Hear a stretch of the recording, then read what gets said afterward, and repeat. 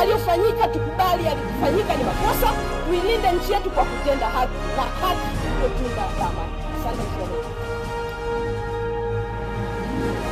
Ukweli utaniweka huru. Mambo yalifanyika hovyo kabisa mwaka jana kwenye uchaguzi wa serikali za mitaa, kuanzia mwanzo kwenye kuwaengua wagombea.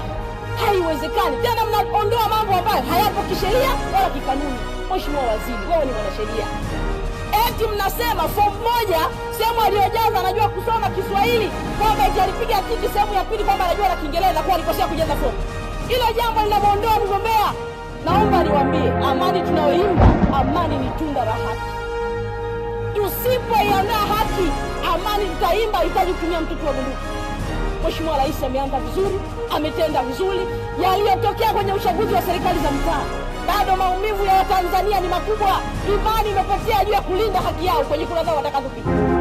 Mimi naeleza hapa, naipenda nchi yangu. Niliwaambia wananchi wangu wasifanye fujo. Sitaki watu ndugu zangu waumie wala wafe kwa ajili ya uchaguzi.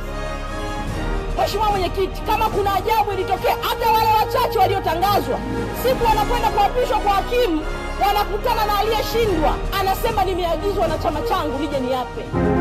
Ni aibu ya taifa. Amani tunayoizungumza leo ilitengenezwa, na kutengeneza kwake ni haki. Tendeni haki.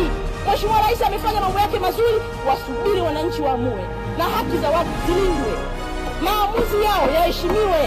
Hakuna mtu leo mnaona haya mambo yanazungumzwa, no reform no election. Hayaji tu, ni mambo yamesababishwa na hayo maumivu ambayo watu wanazungumza.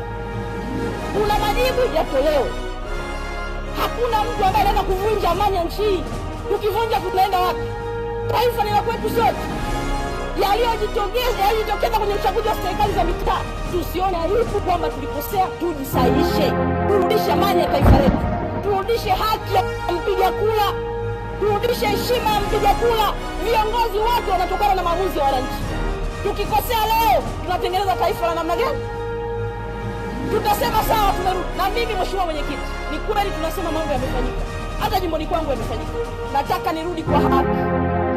Wananchi waamue kwamba aidha tunakurudisha bungeni, sio kwa sababu fulani amesema.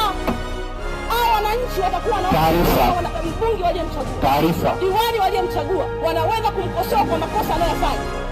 Leo tukitumia mgongo wa nyuma, tukatumia mamlaka, amani hii tutahubiri leo.